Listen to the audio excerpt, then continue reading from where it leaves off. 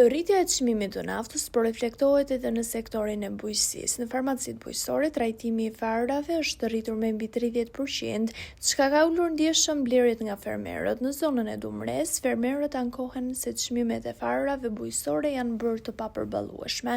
Sipas agronomit Mejti Shehu në Belsh, rritje kanë pësuar edhe plerat kimike me rreth 30%, ndërsa pesticidet nuk kanë ndryshuar në çmim. Këto zhvillime pritet të ndikojnë në uljen e sipërfaqeve të mbjella dhe prodhimin bujqësor. Si gjitha ne edhe në Belsh, kriza e luftës influencoi rritja e çmimit edhe të plerave. Konvertit, për shembull, plerat azotike, urea, nitrat janë rrit gati 30% me ato që kanë qenë. Plerat tjerë, përgjithësi ka 20-30% janë rritur të gjithë plerat për shkak të konfliktit që ka ndodhur. Fermerët vijnë po me shumë përtesë, me shumë vështirësi, se ana financiare është e tillë. Që do të vijnë fermerët me shumë vështirësi po punojnë.